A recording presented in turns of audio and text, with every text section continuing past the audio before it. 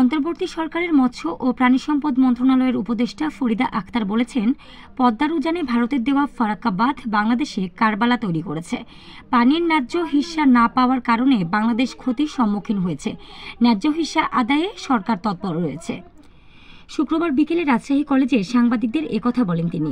ঐতিহাসিক ফারাক্কা লং মার্চের ৪৯ বর্ষপূর্তি উপলক্ষে রাজশাহী কলেজ মিলনায়তনে আয়োজিত এক আলোচনা সভায় প্রধান অতিথি হিসেবে যোগ দেন উপদেষ্টা। এর আগে তিনি সাংবাদিকদের সঙ্গে কথা বলেন। উপদেষ্টা বলেন, মওলানা ভাসানী ৯০ বছর বয়সে ফারাক্কা মার্চ করেছিলেন আজকের এই দিনে। ভারতের সাথে তো আমরা আবার চুক্তি করছি, চুক্তি সাইন করব এবং যদি আমরা ঠিকমতো পানি না পাই তাহলে দরকার হলে আমরা আন্তর্জাতিকভাবেও এটি নিয়ে যাব। তিনি বলেন, যে ক্লজগুলো আছে ফারাক্কা চুক্তিতে সেটি আমরা আদায় করার চেষ্টা করব। ফারাক্কা বাংলাদেশ কারাবালা তৈরি করেছে। মন্তব্য করে উপদেষ্টা বলেন, ফারাক্কার কারণে ৬ কোটি মানুষ সরাসরি কিন্তু পরোক্ষভাবে অনেক মানুষ ক্ষতিগ্রস্ত। জীবন জীবিকা, খাদ্য, মাছ, জলজ প্রাণী সবকিছু ধ্বংস হয়ে গেছে, পানি শুকিয়ে গেছে। ফারাক্কা এই দেশে কারবালা তৈরি করেছে। কাজেই এই বিচার আমরা চাইব।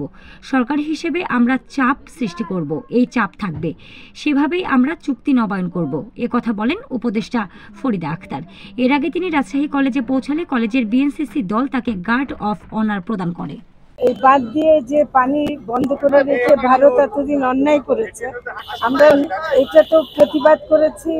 এখন আমরা অন্তর্বর্তীকালীন সরকার হিসেবে আমরা মনে করি জনগণের এই যে একটা দাবি এবং ন্যায্য দাবি, যেটার জন্য মওলানা ভাসানী তার এরকম ৯০ বছর বয়সে ফারাক্কা মার্চ করেছিলেন আজকের এই দিনে, আমরা সেই হিস্যা আদায় করব। আমরা সেটার জন্য ভারতের সাথে তো আমরা চুক্তি আবার করছি, সাইন করব এবং দরকার হলে যদি আমরা ঠিক মতো না পাই আমরা এটা আন্তর্জাতিকভাবে এটা নিয়ে যাব।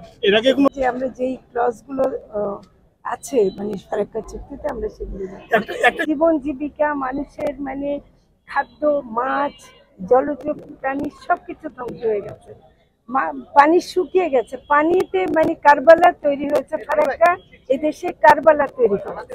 কাজে এই অন্যায়ের বিচার চাই আমরা এবং আমাদের ন্যায্য হিসেবে আমরা অন্তর্বর্তীকালীন সরকার হিসেবে আমরা এটা চাপ সৃষ্টি করব, এটা চাপ থাকবে এবং সেটা নিয়ে আমরা কাজ করব। বিশ্বমানের ল্যাপারস্কোপি প্রযুক্তি নিয়ে রাজশাহীতে চালু হয়েছে এলিট কেয়ার হাসপাতাল অ্যান্ড ট্রেনিং ইনস্টিটিউট। এখানে দক্ষ ও অভিজ্ঞ চিকিৎসক দ্বারা সব ধরনের অপারেশন করা হয়।